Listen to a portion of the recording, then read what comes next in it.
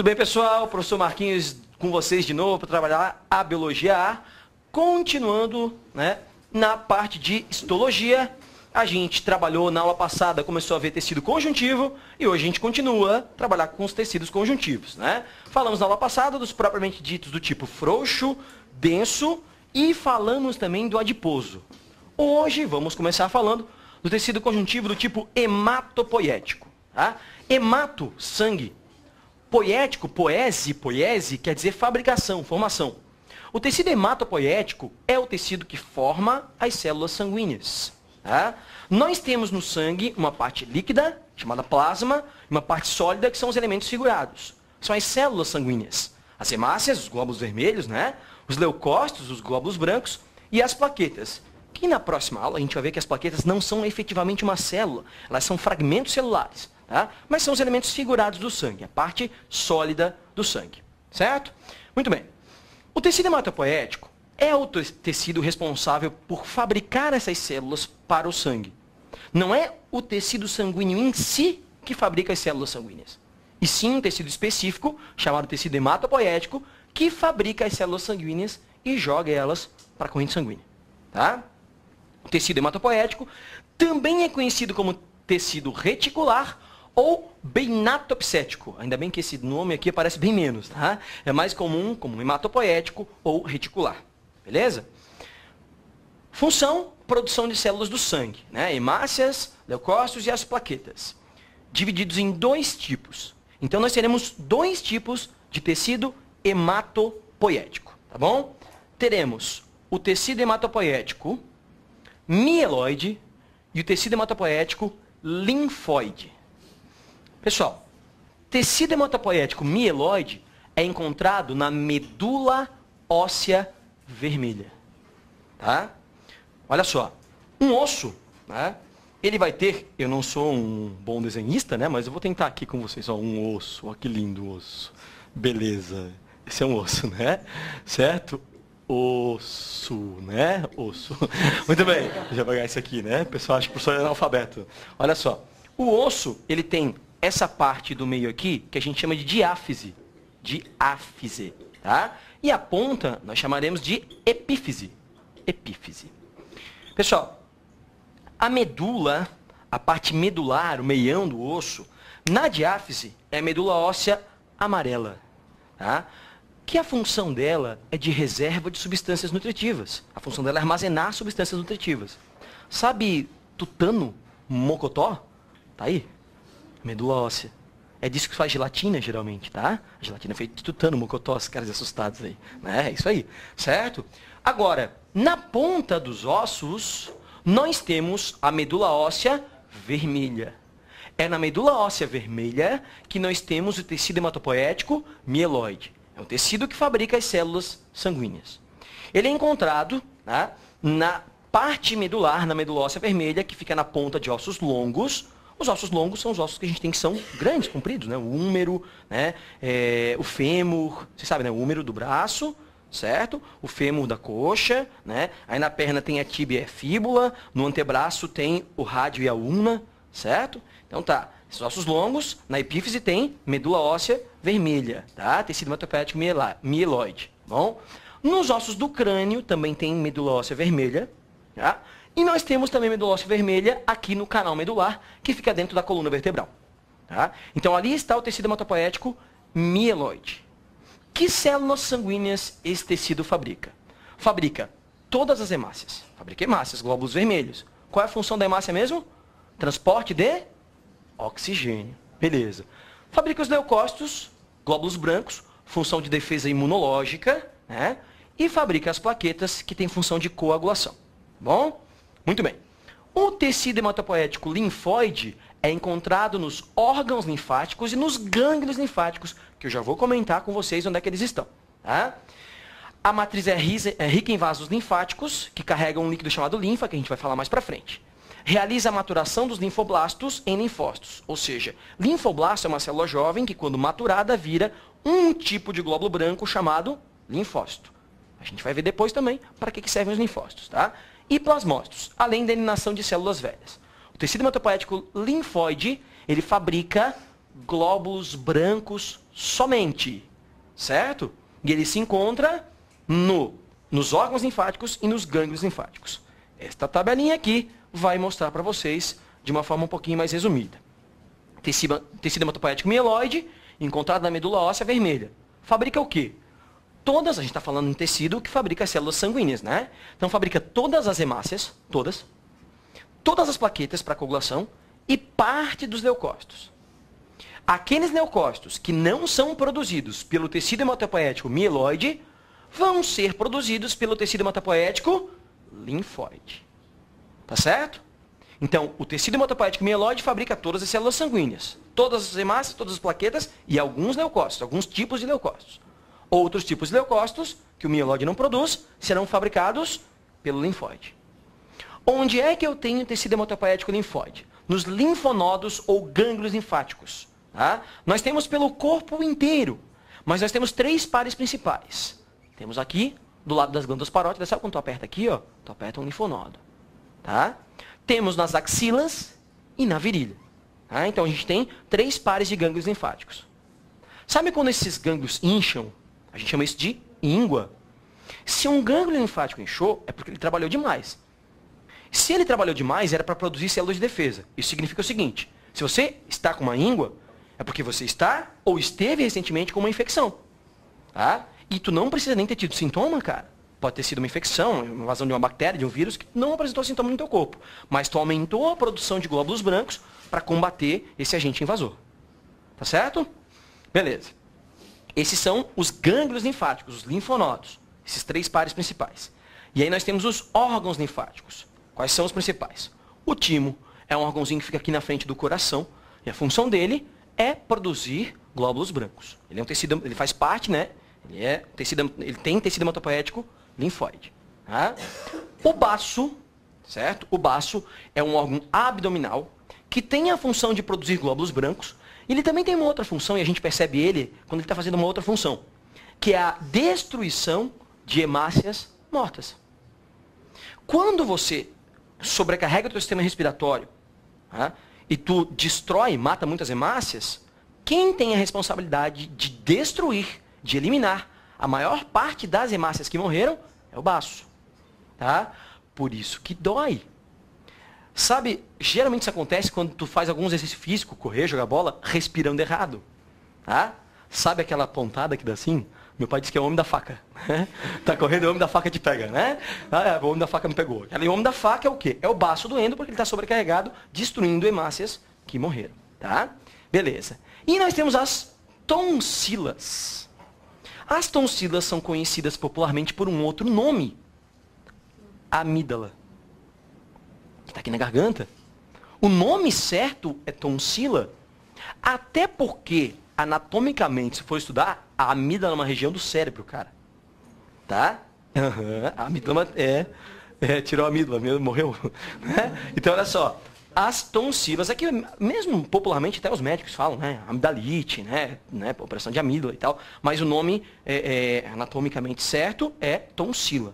E as tonsilas também são órgãos linfáticos. Estão ali produzindo células de defesa. Tá bem?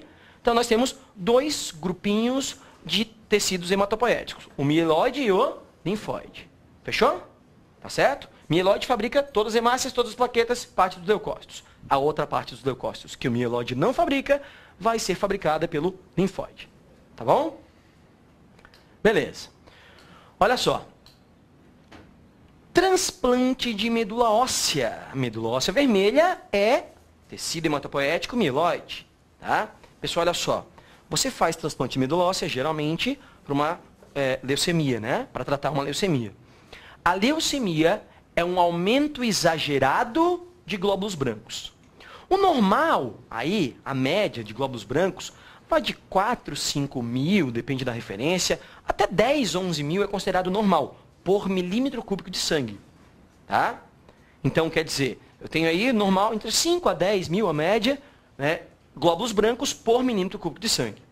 Se tu tem um leve aumento, tu tá ali com 12 mil, 13 mil, 15 mil, tu tá com uma infecção, cara. Quando tens uma infecção viral, bacteriana, fúngica, né, por um protozoário, você aumenta o número de leucócitos para combater essa infecção. Agora, quando o aumento é muito exagerado, você vai ter ali, né, centenas de milhares de leucócitos por milímetro cúbico de sangue, Isso é leucemia. A leucemia é detectada, geralmente, por um aumento exagerado no número de leucócitos, glóbulos brancos no sangue. Agora, não está certo a gente dizer que a leucemia é um câncer no sangue. Porque câncer é um grupo de células que para de fazer a função e passa só a se proliferar, se dividir, sem executar mais a função. Tá? Quem fabrica, quem faz a multiplicação das células sanguíneas não é o sangue, é o tecido hematopoético. Então, uma leucemia, ela não é efetivamente um câncer no sangue. Ela é um câncer no tecido hematopoético, que fabrica as células sanguíneas. Beleza? Tranquilo? Então, assim terminamos o tecido hematopoético, tecido conjuntivo hematopoético. Vamos para os tecidos conjuntivos de sustentação. Tá? Nós temos, né, dois tipos de tecidos conjuntivos de sustentação. O cartilaginoso e o ósseo. Cartilaginoso e ósseo. O cartilaginoso atua na sustentação, tá? Na gente nem tanto. Mas nós temos um grupo de vertebrados, de cordados, que tem o esqueleto totalmente cartilaginoso. Vocês lembram quem são? São os peixes cartilaginosos, os condríctes, tubarões e arraias, são os grandes exemplos. Tá? Então, a cartilagem atua na sustentação, reveste a superfície das articulações. Em cada articulação do meu corpo, na junção ali, né, que eu tenho entre ossos, uma articulação, na ponta dos ossos, eu tenho uma cartilagem. Essa cartilagem, inclusive, produz um líquido chamado líquido sinovial, que vai lubrificar essa articulação. Então, eu tenho cartilagem, tecido cartilaginoso, também revestindo a ponta de ossos nas articulações. E absorvendo impactos. Nós temos uma cartilagem muito resistente, que está ali para absorver impacto. Nos discos intervertebrais, isso é cartilagem entre uma vértebra e outra na coluna vertebral, e também nos joelhos. Os famosos meniscos, que a gente vai ver já já. Tá certo? Então tá. Pessoal, cartilagem é avascular, não tem vascularização e não tem inervação. Falamos disso quando a gente trabalhou as características gerais do tecido conjuntivo. Falei quando você fura, né, a orelha, fura o nariz. O que está doendo, o que está sangrando não é a cartilagem efetivamente. E sim tecido conjuntivo que está ao redor da cartilagem. A cartilagem não tem terminação nervosa para dor e não tem vascularização. Beleza? Células características. Nós temos os condrócitos e os condroblastos. Condro é radical para cartilagem. Blasto quer dizer informação, né? É jovem, beleza? Então, condroblasto é a célula jovem do tecido cartilaginoso. E condrócito é a célula adulta. Fechado? Beleza. Olha só. As células ficam alojadas em espaços específicos na matriz. Lembra? Onde as células ficam alojadas, chamam-se condroplastos. Não confundam condroblasto com B de bola, que é a célula jovem, um condroplasto com P de pato, que é o espaço onde as células ficam. Tá bom? Toda cartilagem possui um revestimento, uma película protetora chamada pericôndrio. Tá bom? Então são as características gerais do tecido cartilaginoso. Tá? Vamos adiante. Nós temos 3 tipos de cartilagens. Cartilagem hialina, cartilagem elástica e cartilagem fibrosa. Lembrando lá da primeira aula, na semana passada, de tecido, as fibras de colágeno que dão resistência e as fibras de elastina que dão elasticidade. Tá? Então, a cartilagem hialina, ela tem uma quantidade moderada dessas fibras num equilíbrio, mais ou menos, na quantidade de fibras colágenas e elásticas. Tá certo? Já a cartilagem elástica, como o nome já nos propõe aqui, tem uma quantidade, uma predominância de fibras elásticas. Então, ela é muito elástica e menos resistente. E a cartilagem fibrosa tem uma predominância de fibras colágenas. Então, ela é mais resistente e menos elástica. Então, são 3 tipos de cartilagem. Hialina, equilíbrio em fibras colágenas e elásticas. A cartilagem elástica, que tem uma predominância de fibras elásticas. E a cartilagem fibrosa, que tem uma predominância de fibras colágenas. Onde é que eu tenho cartilagem hialina? Os anéis da traqueia aqui, ó. Essa é cartilagem hialina. Tá? A laringe, certo? A gente vai ver já já um desenho aqui, que vai mostrar a faringe, que é o que faz a divisão do que é respiratório e o que é digestório. E aí chega na laringe, que é já a parte respiratória, onde ficam as pregas vocais, as cordas vocais, né? Então, ela é feita também de cartilagem hialina, tá bom? O nariz, até um pedacinho aqui, tu sente direitinho que é osso. Daqui para baixo, tu sente que é cartilagem. A cartilagem do nariz é cartilagem hialina, tá? E as articulações. Na ponta de osso, tu tem cartilagem hialina, né? Então, é muito parecido com aquela cartilagem que tem na ponta do ossinho da galinha, quando você fica lá, né? Roendo aquele fêmur da galinha, né? Então, é uma coisa parecida com aquilo, tá bom? Beleza. Ó, vamos passar aqui, depois eu volto, tá? Aqui eu tenho, então, essa região aqui é a faringe, tá? A faringe, ó, ela vai para cá o esôfago, que é a parte digestória, e para cá, ó, a laringe, que é a parte respiratória. Isso aqui, então, é cartilagem hialina. Beleza? Bem, vamos ver se eu consigo voltar aqui. Ué, desapareceu, deixa eu voltar lá. Né? Muito bem. Olha só, cartilagem elástica. Tá? Cartilagem elástica, predominância de fibras elásticas. Presente no pavilhão auditivo externo, pavilhão da orelha externa. Aqui, ó, a orelha. Cartilagem elástica. Tá? E também presente na epiglote. A epiglote, ela está localizada aqui na faringe, que é a região que faz a divisão do que é respiratório e o que é digestório. Tá bem? Olha só, pessoal. Quando você está respirando, tá tranquilo, o ar pode entrar aqui, até porque o esôfago ele é bem pequenininho, ele está contraído ali, ele é um músculo liso, né? Então não entra muito ar ali, se entrar não tem muito problema. Tá? Agora, o que não pode acontecer? Entrar alimento na parte respiratória. Entrar ar na parte digestória não é um problema. Entrar alimento na parte respiratória é um problema. Então, quando você vai engolir alguma coisa, a epiglote, que é esta estrutura aqui, cartilagem elástica, o que ela faz? Você vai engolir alguma coisa, ela faz isso aqui, ó, ela desce. Ela fecha aqui. Aí você engole numa boa. Tá? Só que enquanto você está engolindo, não dá para respirar, porque a epiglote desceu aqui e vedou a parte respiratória. Fechado? Beleza. Quando você volta a respirar, a epiglote sobe. Não pode ter alimento aqui. Mas às vezes acontece, né? Então, não dá para respirar e engolir ao mesmo tempo. Tá? Quando a gente tenta fazer isso, e geralmente isso acontece quando tu está engolindo alguma coisa e alguém te faz rir, porque para rir tu tem que respirar, né? O que vai acontecer, cara? Vai entrar alimento aqui na laringe, vai entrar líquido aqui na laringe e o teu corpo vai dar um jeito de expulsar. Ele vai querer expulsar. Então já aconteceu com todo mundo. Coca-Cola senta no nariz, né?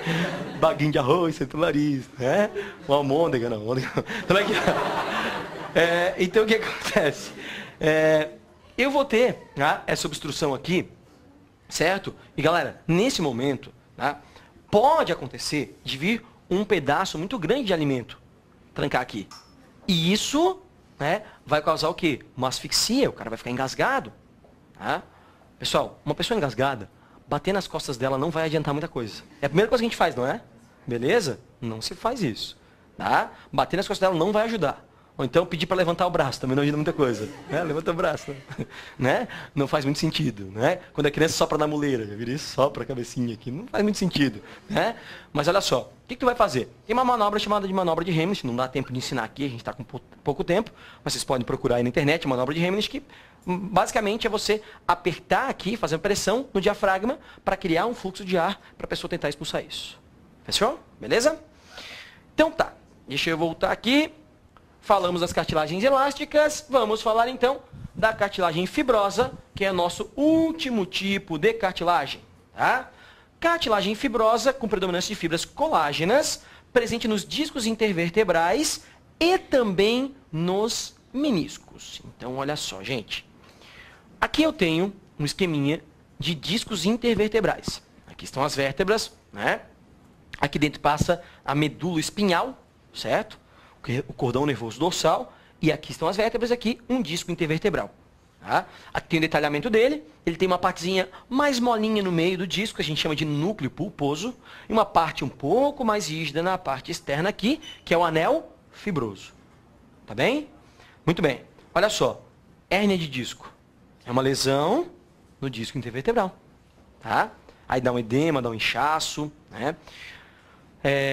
Por que pode ser perigoso? Dependendo da região, vocês sabem que quanto mais alta a lesão na coluna vertebral, mais perigosa ela é. A região cervical é a mais sensível, né? Então, se tiver ali um inchaço, um edema que pressione a medula espinhal aqui, pode parar a comunicação do encéfalo com os membros, que essa comunicação passa pela medula espinhal, né? Então, uma hérnia de disco, ela geralmente não é um problema muito sério. Você faz o tratamento, é tudo certo. Agora, se for, né, numa vértebra mais alta, tem que tomar um certo cuidado para não ter nenhum tipo de sequela.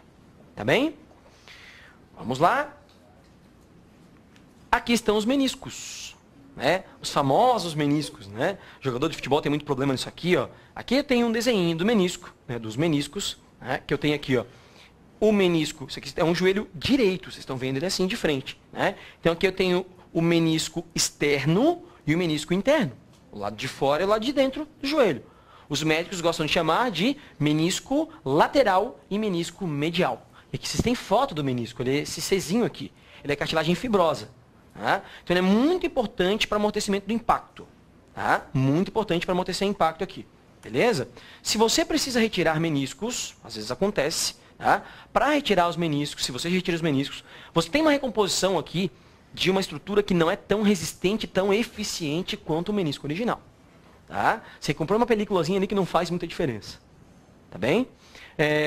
Muitas vezes a lesão no menisco se dá por falta de musculatura na perna. Então, o cara força, muito peso, às vezes, sobrepeso, não tem musculatura suficiente para segurar a onda aqui e vai sobrecarregar os meniscos. E outra coisa que acontece também é a lesão de um dos ligamentos aqui. Lembra que a gente falou na aula de ligamentos, né? O cruzado anterior e o cruzado posterior. Então, é muito comum, né, a lesão de cruzado anterior, e aí faz com que você perca a estabilidade aqui no joelho, mexe aqui, né, os ossinhos aqui do joelho, né? E aí vai esfarelando, vai magoando, vai machucando ali os meniscos, né? E aí às vezes faz uma cirurgia, né, uma videoartroscopia, né, 2 buraquinhos ali para dar uma limpadinha, tirar excesso, às vezes dar um pontinho nos meniscos. Tá certo? Então, menisco, cartilagem fibrosa. Não esqueçam, né? A gente tem tecido cartilaginoso dividido em 3 tipos de cartilagem: hialina, elástica e fibrosa, tá bom? Na aula de amanhã, a gente trabalha tecido ósseo e também trabalhamos tecido sanguíneo para assim acabarmos o tecido conjuntivo. Semana que vem já é o muscular, tá bom? Valeu, pessoal. Obrigado, pessoal de casa. Até amanhã.